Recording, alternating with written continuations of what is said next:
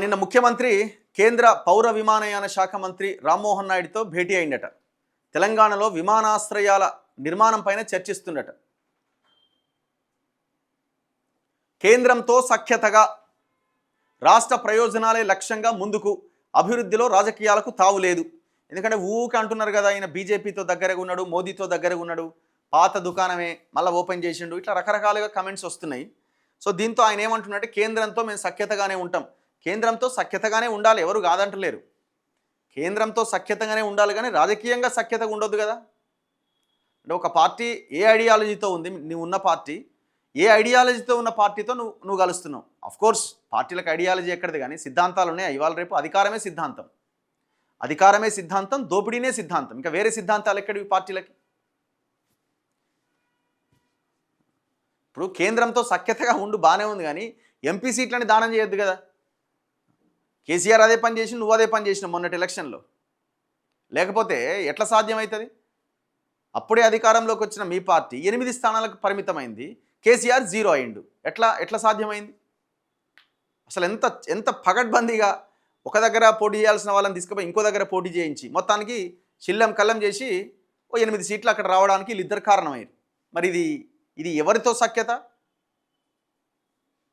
రాష్ట్ర అభివృద్ధి కోసం కేంద్రం రాష్ట్రాలు కలిసి పనిచేయాల్సిన అవసరం ఉంది. దాంట్లో రెండో ఆప్షన్ లేదు. పోయిన 10 సంవత్సరాల పీరియడ్లో కేసీఆర్ ఏం చేసిండు?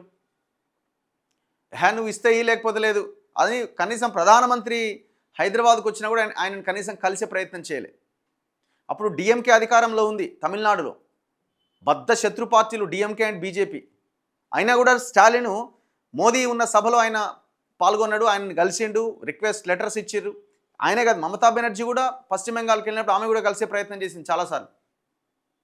సో అది బాధ్యత, అది ఖచ్చితంగా కలిసి పనిచేయాల్సిందే, ఎవరు కాదనట్లేదు. కానీ కేవలం అక్కడి వరకే పరిమితం అవుతుందా మీకు కలిసి పనిచేయడం? ఇందులో పబ్లిక్ కోణం అనేది ఏమైనా ఉందా? అంటే ప్రజల కోసమే కలిసి పనిచేస్తున్నారా, లేకపోతే మీ వ్యక్తిగత స్వార్థాల కోసమా? ఇది కదా మనం ఆలోచించాల్సింది. వాటిని ఎన్నికల వరకే పరిమితం చేయాలి.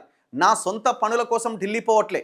ఢిల్లీలో మీడియాతో ముఖ్యమంత్రి రేవంత్ రెడ్డి వరంగల్ విమానాశ్రయ పనులు ప్రారంభించండి, ఆదిలాబాద్ విమానాశ్రయానికి భూసేకరణ చేస్తాం, హుస్సేన్ సాగర్ ప్రకాశం బ్యారేజీకి సీ ప్లేన్ నడపండి, కేంద్ర మంత్రి రామ్మోహన్ నాయుడుకి రేవంత్ రెడ్డి విజ్ఞప్తి, RRR ఉత్తర భాగానికి అనుమతులు ఇవ్వండి, future city Bandar port greenfield road మంజూరు చేయండి, కేంద్ర మంత్రి గడ్కరీకి ముఖ్యమంత్రి వినతి.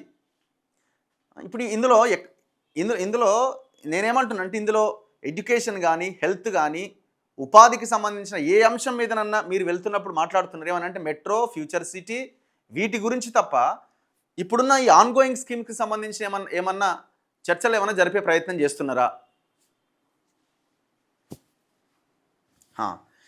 సో దీనికి ఆయన కేంద్ర విమానయాన శాఖ మంత్రి రామ్మోహన్ నాయుడు స్పందించిండు. 2 ఏళ్లలో వరంగల్ ఎయిర్పోర్ట్ కడతామంటుండు.